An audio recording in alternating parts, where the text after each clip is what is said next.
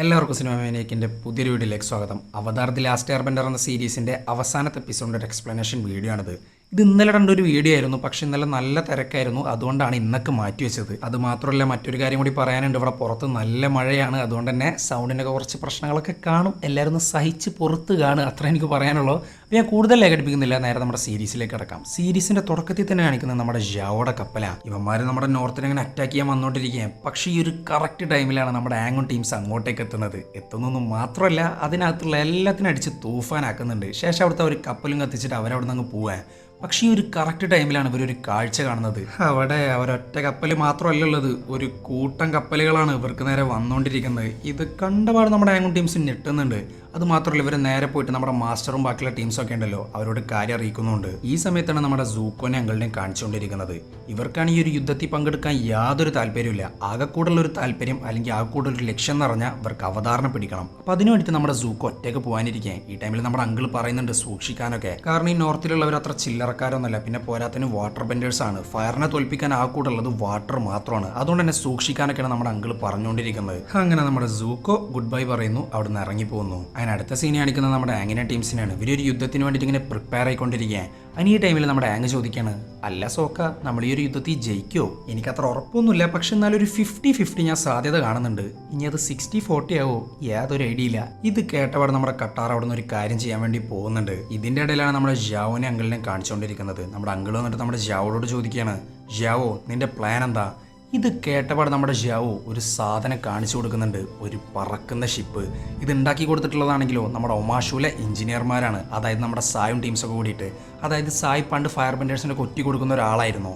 ആ ഒരു ടൈമിൽ ഒരു പ്രോട്ടോടൈപ്പ് പ്ലാൻ ഇവർക്ക് കൊടുത്തിട്ടുണ്ടായിരുന്നു. അത് വെച്ചിട്ടാണ് ഇവന്മാർ ഈ ഒരു കപ്പൽ ഉണ്ടാക്കിയിട്ടുള്ളത്. ഇത് കണ്ടപാട് നമ്മുടെ അങ്കിൾ ഇങ്ങനെ ഞെട്ടിത്തെരിച്ച് നിൽക്കുന്നുണ്ട്. കാരണം പറക്കുന്ന കപ്പൽ എന്നൊക്കെ പറഞ്ഞാൽ അതത്ര എളുപ്പമുള്ള കാര്യമല്ല. അങ്ങനെ നമ്മുടെ ഫയർ ബെൻഡേഴ്സ് യുദ്ധം തുടങ്ങിയിട്ടുണ്ട്. ഇവരിങ്ങനെ തീ വിട്ടുകൊണ്ടിരിക്കുക. ഇതാണെങ്കിൽ നമ്മുടെ ആങ്ങും ബാക്കിയുള്ള വാട്ടർ ബെൻഡേഴ്സൊക്കെ കൂടിയിട്ട് ഇങ്ങനെ തടഞ്ഞുകൊണ്ടിരിക്കുന്നുണ്ട്. അങ്ങനെ ഈ ടൈമിലാണ് നമ്മുടെ കട്ടാറിനെ കാണിച്ചുകൊണ്ടിരിക്കുന്നത്. കട്ടാർ നമ്മുടെ മാസ്റ്ററിന്റെ അടുത്ത് എത്തിയിട്ടുണ്ട്. ശേഷം നമ്മുടെ മാസ്റ്ററിനോട് ചോദിക്കുകയാണ്, മാസ്റ്റർ ഞങ്ങൾക്കും ഫൈറ്റ് ചെയ്യണം. ഞങ്ങൾക്കോ? ഏത് ഞങ്ങൾക്ക്? ഈ ടൈമിലാണ് നമ്മുടെ മാസ്റ്റർ ഒരു കാഴ്ച കാണുന്നത്. നമ്മുടെ കട്ടാറ വന്നിട്ടുള്ളത് ഒറ്റയ്ക്കല്ല, അവളുടെ കൂടെ സ്ത്രീകളായിട്ടുള്ള എല്ലാ വാട്ടർ ബെൻഡേഴ്സും ഉണ്ട്. ഇത് കണ്ടപാട് നമ്മുടെ മാസ്റ്റർ ആണെങ്കിൽ ആകെ ഞെട്ടിത്തെരിച്ച് നിൽക്കുക. എന്നാൽ നമ്മുടെ കട്ടാറ പറയാണ്, മാസ്റ്റർ പ്ലീസ് നിങ്ങളുടെ പ്രൈഡ് നിങ്ങൾ വിട്ടേക്ക്, ഞങ്ങൾ എങ്ങനെയും ഫൈറ്റ് ചെയ്യട്ടെ, ഞങ്ങൾ നിങ്ങളെ സഹായിക്കട്ടെ. ഇത് കേട്ടപാട് നമ്മുടെ മാസ്റ്റർ ഇതിനെ അനുവദിക്കുന്നുണ്ട്. അങ്ങനെ ഈ ടൈമിലാണ് നമ്മുടെ യു എ അങ്ങ് പുറത്തോട്ട് ഇറങ്ങി വരുന്നത്. ഇത് കണ്ടപാട് നമ്മുടെ ചീഫ് ചോദിക്കുകയാണ്, യു എ നീ അകത്തോട്ട് പോ. എന്നാൽ നമ്മുടെ യു എക്കാണെങ്കിലും ഇവിടുത്തെ ആൾക്കാരൊക്കെ സഹായിക്കണം. ഈ ഒരു യുദ്ധം കണ്ടിട്ട് അവൾക്ക് അതിനെ വെറുതെ ഇരിക്കാൻ തോന്നുന്നില്ല. എന്ന ഈ ടൈമിൽ നമ്മുടെ ചീഫ് പറയാണ്, ഇവളുടെ അച്ഛൻ പറയാണ്, യു എ ഞാൻ മരിച്ചു കഴിഞ്ഞാൽ പിന്നെ ഇവരെല്ലാവരെയും നോക്കേണ്ട കടമ നിനക്കാണ്. സോ നീ ജീവനോടെ ഇരിക്കണം. പക്ഷെ എന്തൊക്കെ പറഞ്ഞിട്ട് നമ്മുടെ യു എ കൂട്ടാക്കുന്നില്ല. കാരണം അവൾക്ക് ആളുകളൊക്കെ സഹായിക്കണം. അങ്ങനെ ഈ ടൈമിൽ നമ്മുടെ ചീഫ് നമ്മുടെ സോക്കനെ വിളിക്കുക. എന്നിട്ട് നമ്മുടെ സോക്കനോട് പറയാണ്, സോക്ക നീ യു എനെ കൂട്ടി ആളുകളൊക്കെ സേഫ് ആക്കാൻ നോക്ക്. പിന്നെ യു എക്ക് ഒന്നും സംഭവിക്കാൻ പാടില്ല. നീ അവളെ പ്രൊട്ടക്ട് ചെയ്യണം, അത് നിന്റെ ചുമതലയാണ്. അങ്ങനെ ഈ ടൈമിലാണ് നമ്മുടെ കട്ടാറിനെയും കട്ടാറുടെ പിള്ളേരെയും കാണിച്ചുകൊണ്ടിരിക്കുന്നത്. ഇവർ ചില്ലറക്കാരൊന്നുമല്ല, 1.5 ഡിഫൻസ് ഒക്കെയാണ് ഈ ഒരു വില്ലേജിന് കൊടുത്തോണ്ടിരിക്കുന്നത്. അങ്ങനെ ഇരിക്കുമ്പോഴാണ് നമ്മുടെ കട്ടാറുടെ അടുത്തോട്ട് കുറച്ച് ബോയ്സ് വരുന്നത്. ഈ ബോയ്സിനെ വിട്ടിട്ടുള്ളതാണെങ്കിലോ നമ്മുടെ മാസ്റ്ററും. അതിന് ഈ ബോയ്സ് വന്നിട്ട് പറയാണ്, മാസ്റ്റർ കട്ടാറ നിങ്ങൾക്ക് എന്ത് തരത്തിലുള്ള ഹെൽപ്പ് വേണമെങ്കിലും ഞങ്ങളോട് ചോദിക്കാം. മാസ്റ്ററാണ് ഞങ്ങളെ വിട്ടിട്ടുള്ളത്. ഞങ്ങൾ ട്രെയിനിങ് ഒന്നും പൂർത്തിയാക്കിയിട്ടില്ല, പക്ഷെ ഇനി നിങ്ങളുണ്ടല്ലോ, നിങ്ങൾ ഞങ്ങളെ പ്രൊട്ടക്ട് ചെയ്തോളും മാസ്റ്റർ കട്ടാറ. ഇത് കേട്ടപാട് നമ്മുടെ കട്ടാറയാണെങ്കിൽ ആകെ ഞെട്ടിത്തെരിച്ച് നിൽക്കുന്നുണ്ട്. മാസ്റ്ററോ? അതും ഞാനോ? ഈ ഒരു രീതിയിലാണ് നമ്മുടെ കട്ടാറ ഇവിടെ നിൽക്കുന്നത്. അങ്ങനെ നമ്മുടെ കട്ടാറ ഈ ഒരു ബോയ്സിന് വേണ്ട ഇൻസ്ട്രക്ഷൻസും കാര്യങ്ങളൊക്കെ കൊടുക്കുന്നുണ്ട്. അങ്ങനെ അടുത്ത സീൻ കാണിക്കുന്നത് നമ്മുടെ ജാവോനെ അങ്കിളിനെയാണ്. ഇവർ മറ്റേ ബലൂണോട് നിർമ്മിച്ച ഒരു കപ്പലുണ്ടല്ലോ, അതിനകത്ത് തന്നെ പൊക്കോണ്ടിരിക്കുകയാണ്. അതിന് ഈ ടൈമിൽ നമ്മുടെ അങ്കിൾ പറയാണ്, ജിയാവോ ഇന്നത്തെ അറ്റാക്ക് നമുക്ക് നിർത്താം. ആ ഒരു മൂൺ കണ്ടോ? ഈ മൂണിലുടത്തോളം ടൈം വാട്ടർ ബെൻഡേഴ്സിന് ഇഷ്ടം പോലെ പവർ കിട്ടിക്കൊണ്ടിരിക്കും. അതുകൊണ്ട് രാവിലെ വരാം, നമുക്ക് അറ്റാക്ക് ചെയ്യാം, അതാണ് നല്ലത്.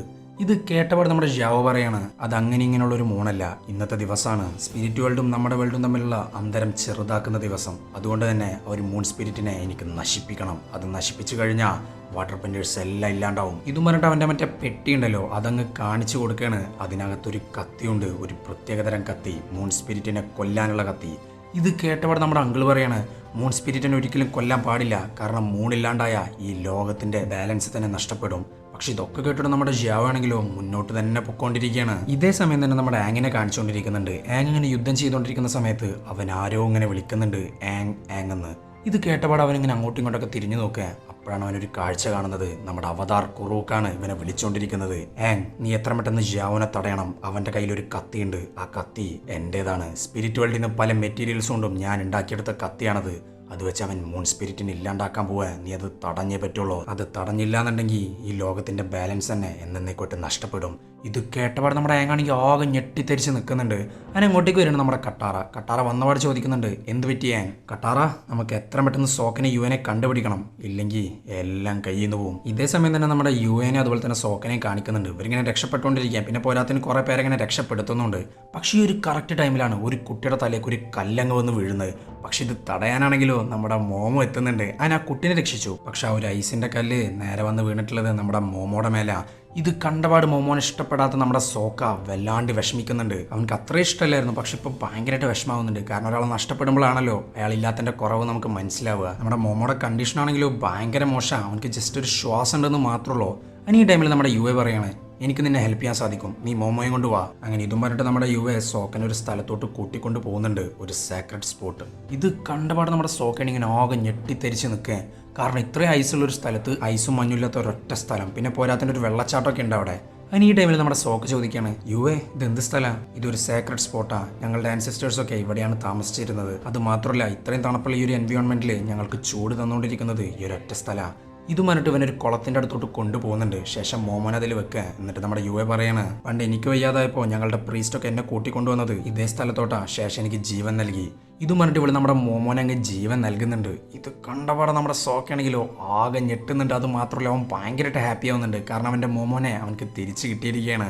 ഈ ഒരു കറക്റ്റ് ടൈമിലാണ് അങ്ങോട്ടേക്ക് നമ്മുടെ ബലൂൺ കപ്പൽ ഇങ്ങനെ വന്നുകൊണ്ടിരിക്കുന്നത്. അങ്ങനെ ഈ ടൈമിലാണ് നമ്മുടെ സൂക്കോനെ കാണിച്ചുകൊണ്ടിരിക്കുന്നത്. സൂക്കോണിൽ ഒരു തണുത്ത വെള്ളത്തിനുള്ളിൽ ഇങ്ങനെ പെട്ട് നിൽക്കുക, പുറത്തോട്ട് വരാനൊന്നും സാധിക്കുന്നില്ല. അങ്ങനെ അവർ രണ്ടും കൽപ്പിച്ച് അവന്റെ ഫയർ ഇങ്ങനെ ബ്രീത്ത് ചെയ്തിട്ട് അവർ ഐസ് അങ്ങ് പൊട്ടിക്കുന്നുണ്ട്. അതുകൊണ്ട് മാത്രം നമ്മുടെ സൂക്കോ രക്ഷപ്പെട്ടിരിക്കുകയാണ്. അതിന് അടുത്ത സീനി കാണിക്കുന്നത് നമ്മുടെ യുവനെ സോക്കനെയാണ്. ഇവർ മറ്റേ ഒരു കപ്പൽ കാണുന്നുണ്ട്. ഇത് കണ്ടപാട് ഇവരിങ്ങനെ ഒളിച്ചിരിക്കുക. അങ്ങനെ കപ്പലിൽ ലാൻഡ് ചെയ്തു. അങ്ങനെ ഈ ടൈമിൽ നമ്മുടെ ജിയാവോ നമ്മുടെ അങ്കിളിനോട് പറയാണ്, നിങ്ങൾ ഇവിടുന്ന് എത്രയും പെട്ടെന്ന് ആ ഒരു സ്പിരിറ്റ്സിനേക്ക് കണ്ടുപിടിച്ച് തരണം. അത് നിങ്ങളുടെ ഡ്യൂട്ടിയാണ്. ഇനി നിങ്ങളിതിന് വിസമ്മതിച്ചാൽ എന്തായാലും ഞാൻ ഈ ഒരു വില്ലേജ് മൊത്തത്തിൽ കത്തിക്കും, അത് ഉറപ്പാണ്. ഇത് കേട്ടപാട് നമ്മുടെ അങ്കിളാണെങ്കിലോ തെരച്ചിൽ ആരംഭിച്ചിട്ടുണ്ട്. ഇതേ സമയത്ത് നമ്മുടെ ആങ്ങും കട്ടാറാണെങ്കിലോ അവരുടെ അടുത്തോട്ട് വരാൻ ശ്രമിക്കുന്നുണ്ട്. പക്ഷേ ഈ ഒരു കറക്റ്റ് ടൈമിലാണ് അവർക്ക് ഫ്രണ്ടിലോട്ട് നമ്മുടെ സൂക്ക് അങ്ങ് വരുന്നത്. സൂക്ക് അവരിങ്ങനെ തടഞ്ഞു നിർത്താൻ, വാ നമുക്ക് പോവാൻ സമയമായി. നമ്മുടെ ആണെങ്കിൽ ജാവോനെ തടയണം അത് ഇതെന്നൊക്കെ പറയുന്നുണ്ട്. പക്ഷെ ആര് കേൾക്കാൻ? സൂക്ക് അവന്റെ തീരുമാനത്തിൽ ഇങ്ങനെ ഉറച്ചു നിൽക്കുക. ഈ ടൈമിൽ നമ്മുടെ കട്ടാറ പറയാണ്, നീ പൊക്കോ, ഇവന്റെ കാര്യം ഞാനേറ്റോ. അങ്ങനെ നമ്മുടെ ആങ് അവിടുന്ന് പോകുന്നുണ്ട്. ഇതേ സമയം നമ്മുടെ കട്ടാറയും സൂക്കയാണെങ്കിൽ അവിടെ പൊരിഞ്ഞ ഫൈറ്റാണ്. ഇവളാണിങ്ങനെ പുതിയ സ്കില്ലുകളൊക്കെ അങ്ങനെ പുറത്തെടുത്തോണ്ടിരിക്കുക. ഇതൊക്കെ കാണുമ്പോൾ നമ്മുടെ സൂക്കയാണെങ്കിൽ ആകെ ഇല്ലാണ്ടായിട്ട് നിൽക്കുന്നുണ്ട്. അങ്ങനെ നമ്മുടെ ആങ് സ്പോട്ടിലെത്തി. ആങ്ങിനെ കണ്ടപാട് നമ്മുടെ സോക്ക അവനെ പിടിച്ച് വിളിച്ച് അവന്റെ കൂടെ ഇരുത്തുന്നുണ്ട്. കാരണം ഒളിച്ചിരിക്കലാണ് ഏറ്റവും കൂടുതൽ സേഫ് ആയിട്ടുള്ള ഒരു കാര്യം. ഈ ടൈമിൽ നമ്മുടെ ജിയാവോ ആണെങ്കിലോ കുറെ തെരഞ്ഞ് ഈ ഒരു സ്പിരിറ്റ്സിനെ കണ്ടെത്തുന്നുണ്ട്. ഈ സ്പിരിറ്റുകളാണെങ്കിൽ പെയറായിട്ടാണ് ഉണ്ടാവുക. യിൻ ആൻഡ് യാൻ എന്നാണ് ഇതിന് പറയുക. ഒന്ന് ഓഷ്യൻ സ്പിരിറ്റ്, ഒന്ന് മൂൺ സ്പിരിറ്റ്. ഇവർ രണ്ടുപേരും ഒരുമിച്ചാവും. ഇവർ രണ്ടുപേരും രണ്ട് മീനുകളാണ്. ഇത് കണ്ടപാട് നമ്മുടെ ജിയാവോ ആദ്യത്തെ മൂൺ സ്പിരിറ്റിനെ അങ്ങ് പിടിച്ചെടുക്കുന്നുണ്ട്. അത് നമ്മുടെ അങ്കിൾ വന്നിട്ട് പറയാണ്, ജിയാവോ അത് ചെയ്യരുത്, നീ ചെയ്യുന്നൊക്കെ തെറ്റാ. ഈവൻ നമ്മുടെ കിങ് പോലും ഇത് വേണ്ടാന്നേ പറയുള്ളൂ. കിങ്ങോ? ഏത് കിങ്? ഞാനിത് ചെയ്തുകൊണ്ടിരിക്കുന്നത് എനിക്ക് വേണ്ടിയാ. ഈ മൂൺ സ്പിരിറ്റിനെ ഞാൻ ക്യാപ്ചർ ചെയ്ത് കഴിഞ്ഞാൽ പിന്നെ ആളുകൾക്ക് മുന്നിലൊക്കെ എൻ്റെ വിലയങ്ങ് കൂടും. പിന്നെ അടുത്ത ഫയർ ലോഡ് ഞാനായിരിക്കും. ഇതും പറഞ്ഞിട്ട് ഇവൻ ഈ ഒരു മൂൺ സ്പിരിറ്റിനെ പിടിക്കുന്നുണ്ട്. ഈ മൂൺ സ്പിരിറ്റിനെ പിടിച്ചപാടി ഒരു മൂണിന്റെ കളറങ്ങ് മാറാൻ തുടങ്ങുക. ഇങ്ങനെ ചുവപ്പ് കളറായി നിൽക്കുന്നുണ്ട്. മൂണിന്റെ കളർ മാത്രമല്ല ഒരു സ്ഥലം മൊത്തത്തിൽ ഇങ്ങനെ ചുവപ്പ് കളറായി മാറിക്കൊണ്ടിരിക്കുക. അങ്ങനെ ഈ ടൈമിലാണ് നമ്മുടെ ആങ് പുറത്തോട്ട് വരുന്നത്. ആങ് വന്നിട്ട് പറയാണ്, ജിയാവോ ഇത് ചെയ്യരുത്, ഇത് തെറ്റാ. പക്ഷെ എന്തൊക്കെ പറഞ്ഞിട്ട് നമ്മുടെ ജിയാവോ ആ ഒരു മൂൺ സ്പിരിറ്റിനെ അങ്ങനെ കൊല്ലാൻ വേണ്ടി നിൽക്കുക. അങ്ങനെ ഈ ടൈമിലാണ് നമ്മുടെ അങ്കിൾ അവന്റെ കയ്യിലെ തീ അങ്ങ് പുറത്തെടുക്കുന്നത്. അതുകൊണ്ട് നമ്മുടെ ജിയാവോനെ അടിച്ചിടുന്നുണ്ട്. ഇതേ ഗ്യാപ്പിൽ നമ്മുടെ ആങ് ആണെങ്കിലോ അവന്റെ എയർ ബെൻഡിങ് ഉപയോഗിച്ച് ഈ ഒരു മീനിനെ തിരിച്ച് കുളത്തിലോട്ട് തന്നെ ഇടാൻ നോക്കുന്നുണ്ട്. പക്ഷേ ഈ ഒരു കറക്റ്റ് ടൈമിലാണ് നമ്മുടെ ജിയാവോ ഒരു മീനിനെ അങ്ങ് ഇല്ലാണ്ടാക്കുന്നത്. ഒരു സ്പിരിറ്റ് മരിച്ചു. ഇതേ സമയം നമ്മുടെ യു ആണെങ്കിൽ വെയ്യാണ്ടെങ്കിൽ നിലത്ത് വീഴാൻ. കാരണം അവളും പാതി സ്പിരിറ്റാണ്. അതിൻ്റെ ഒരു എഫക്റ്റ് ആയിരിക്കണത്. പിന്നെ അവൾക്ക് തിരിച്ച് ജീവൻ കിട്ടിയതും ഇതേ സെയിം സ്ഥലത്ത് നിന്നാണ്. സോ ഇനി ചന്ദ്രനില്ല. മൂന്നെന്ന ഒരു സ്പിരിറ്റിനെ നമ്മുടെ ജിയാവോ ഇല്ലാണ്ടാക്കിയിരിക്കുക. അവിടുത്തെ ഒരു ചന്ദ്രൻ ഇങ്ങനെ മാഞ്ഞു പോകുന്നുണ്ട്. അത് മാത്രമല്ല ആ ഒരു ഭാഗം മൊത്തം ഇങ്ങനെ ഇരുട്ടിലാവാൻ തുടങ്ങുക. അവിടുത്തെ ഒരു വാട്ടർ ബെൻഡേഴ്സിന് പോലും അവരുടെ സ്കില്ലൊന്നും പുറത്തെടുക്കാൻ പറ്റുന്നില്ല. ബെൻഡിങ് ചെയ്യാനൊന്നും പറ്റുന്നില്ല. അതുകൊണ്ട് തന്നെ നമ്മുടെ ഫയർ ബെൻഡേഴ്സ് എല്ലാവരും കൂടിയിട്ട് വാട്ടർ ബെൻഡേഴ്സിനെ ഇങ്ങനെ ഇല്ലാണ്ടാക്കിക്കൊണ്ടിരിക്കുക. സോ ചുരുക്കി പറഞ്ഞ ഈ ഒരു മൂൺ സ്പിരിറ്റിനെ ഇല്ലാണ്ടാക്കിയാൽ ഒരു എൻ്റയർ റേസ് തന്നെ ഇല്ലാണ്ടാവും. വാട്ടർ ബെൻഡേഴ്സിന്റെ ഒരു എൻ്റയർ റേസ്. അങ്ങനെ നമ്മുടെ വാട്ടർ ബെൻഡേഴ്സ് തോറ്റു തുടങ്ങിയിട്ടുണ്ട്. ഫയർ ബെൻഡേഴ്സ് എല്ലാവരും അകത്ത് കയറിയിട്ട് ഇങ്ങനെ മേഞ്ഞുകൊണ്ടിരിക്കുക. അത് മാത്രമല്ല നമ്മുടെ കട്ടാറക്കൊന്നും ഇങ്ങനെ ബെൻഡ് ചെയ്യാൻ പറ്റുന്നില്ല. പിന്നെ പോരാത്തിന് നമ്മുടെ സൂക്കയും കട്ടാറ നിൽക്കുന്ന ഒരു സ്ഥലത്തോട്ട് നമ്മുടെ ഫയർ ബെൻഡേഴ്സ് അങ്ങ് ഫയർ ചെയ്യാൻ ഈ ഒരു സ്ഥലം മൊത്തം അങ്ങനെ ഇടിഞ്ഞു പൊളിഞ്ഞ് വീഴുന്നുണ്ട് അവരുടെ മേത്തോട്ട്. അങ്ങനെ ഈ ടൈമിൽ നമ്മുടെ യുവ പറയാണ് അവസാനിച്ചു, ഇനി നമുക്ക് ഹോപ്പില്ല.